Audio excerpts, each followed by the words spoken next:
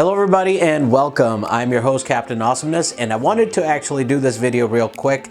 It is a follow-up to the last video I did regarding my experience over at K1 Indoor Karting in Addison, Illinois. So if you recall, guys, I talked a lot about how my experience did not go the way I thought it would and how I was left with a little bit of displeasure. And while I was doing that, I also decided to send a link of that video to the corporate office with K1 and let them know as well in writing that I was highly displeased with what I had experienced. So with that, a regional manager representing K1 had called me. They had a very good conversation with me, which was very fruitful and very eye-opening. So before I go into the stuff that he said and I said, I'm going to also mention something real quick.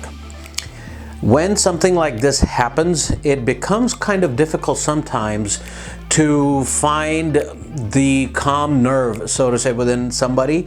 And a lot of times when you get upset with something, and that includes me, we tend to kind of take it out on the person that's right in front of us. And I've learned over the years to kind of mature from that, and instead of taking that anger out on someone, I've learned kind of how to channel that into putting my concerns in an articulate manner, and at the same time also let them know what the real issue is. And before I even send it out, I look at what I'm saying each and every time, because the thing is, sometimes when you even put things into words, it can be misinterpreted, and you do not want that to happen. So I've also learned from an old mentor of mine whom I have a lot of respect for, is that never send or do or act in haste. Never do that in haste or in anger. So with that in mind, I received that phone call, as I mentioned, from the regional manager in charge of several locations, one of which happens to be the one in Addison. We had a great conversation, and I gotta tell you, I walked away from it much more aware of what K1's policies were, what the reality was versus what wasn't.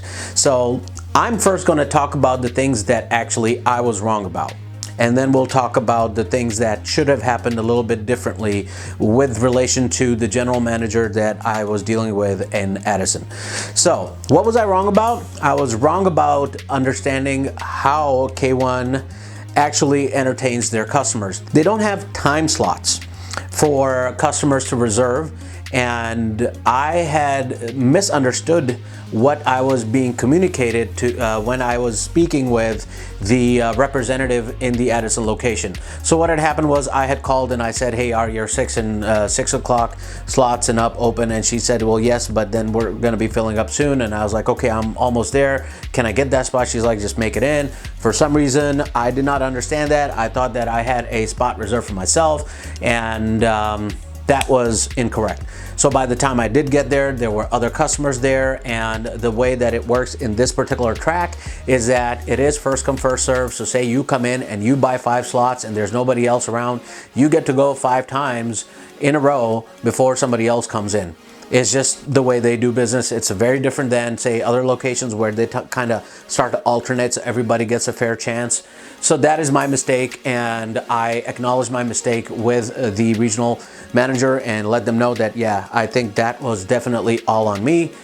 So they're still going to look at the phone logs as they mentioned, and they are more than welcome to, but that was where my misunderstanding was, and it was not their staff. So, you know, the one thing I also want to kind of take away from that is that if I am adult enough to dish out my concerns, I should be also adult enough to acknowledge that I made a mistake. So that was number one.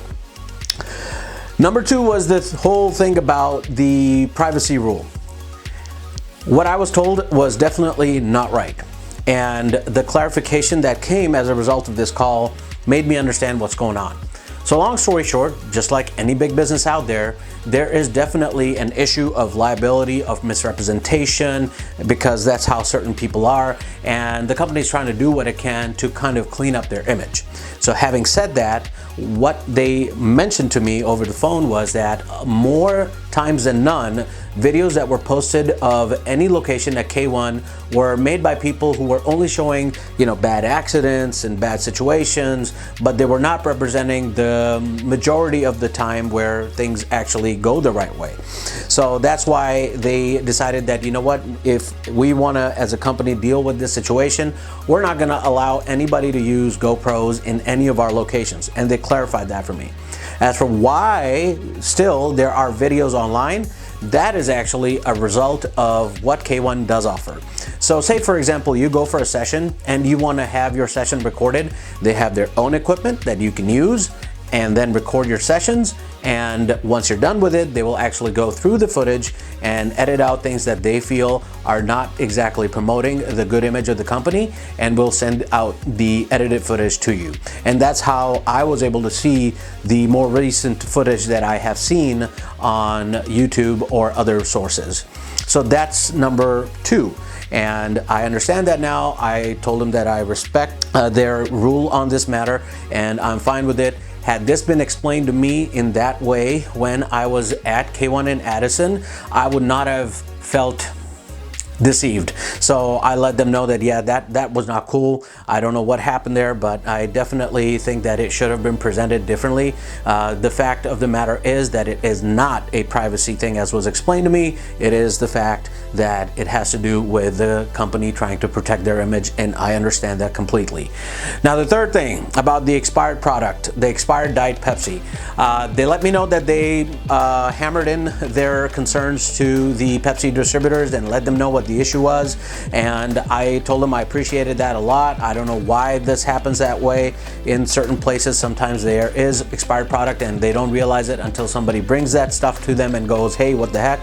So they're going to handle that internally. Now, the thing is, I've had this experience of my own before where I've dealt with a distributor like Pepsi or some other representative, and sometimes for whatever reason, product does not get rotated through the warehouse, and because of that, expired product sometimes shows up at a retail location and then gets sold, and nobody finds out about it until a customer says, yo, what's up with this? So I told them that I understood that part as well, and I hope that, in the future that does not happen. So all in all, the conversation was real well.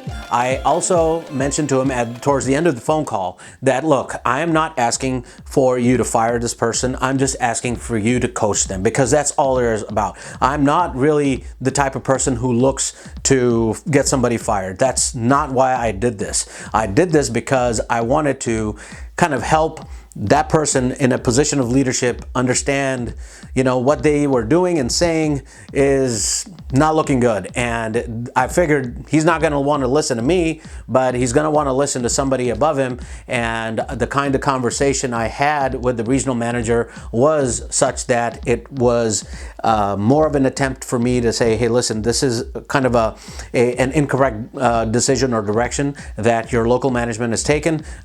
Please make sure that, they kind of do the right thing and really say the right words instead of misrepresenting what exactly it is that they are trying to say to potential customers. So that part I wanted to make sure did not happen, and they acknowledged as much. They said that they've looked for this to be more of a coaching opportunity than looking as a way to basically have them suffer some kind of negative repercussion, which is not what I wanted to do. So I was glad to hear that.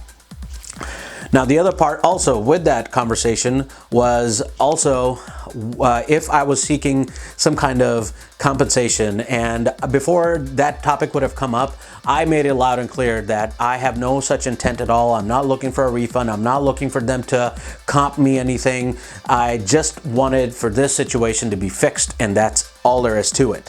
So they did appreciate that. They understood that very well. And I also offered them that I would delete the old video that I have. They didn't want to make that decision for me.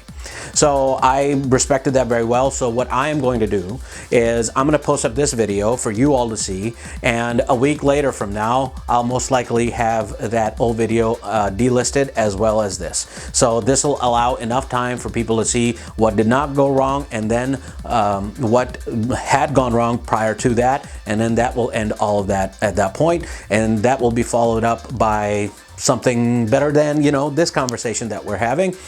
Lastly, they also did mention that there is an important opening, a huge grand opening happening at a new location. So they have invited me over to come and attend that. I am going to keep that under wraps for now until the day it actually happens, primarily because you know, things happen. If I say, yeah, that grand opening is happening on this and this date, and come to find out it's been moved to the left or right of the date on the calendar, I don't want to do any of that until I know for sure. I will not mention anything more than that. I told them that I was very appreciative of that, and I look forward to actually showing up whenever that grand opening happens. I will actually on that day get to meet the regional managers themselves, as well as the owner of the facility that's about to open up here shortly. So all in all, again, very good conversation. It was a very mature conversation. There was no yelling or screaming or anything of that sort. We handled it like two mature professional adults, and that's exactly how I wanted that call to end. So sir, I'm not going to mention your name as I promise you, but thank you so much for listening into my input. Thank you for clarifying my misunderstanding about the time slot deal, and thank you very much for also clarifying exactly what that policy is regarding the camera footage thing. So now the question is, am I actually going to renege on what I said regarding my resolve not to go to K1 again? Well, I'll put it this way. I'm gonna go, I'm gonna observe, and if the track looks like it's good enough for me to want to get on, it's challenging enough, then I'll give it a try. But beyond that, I can't say. As I mentioned to you guys in the previous video, I did not really find that particular track so challenging at all. It was a very small track, and I don't know if that is the same layout all across the US for K1, but we will see, I suppose. So I will just leave that up to what my observations are at this point, and we will go from there. So if I do decide to start going to K1, as soon as more locations open up or I go to a place that has them, I will leave that to chance at this point. That is all I have to say for today and for this particular situation that had transpired. Guys, thank you so much for watching, and I will see you in the next one. Bye-bye.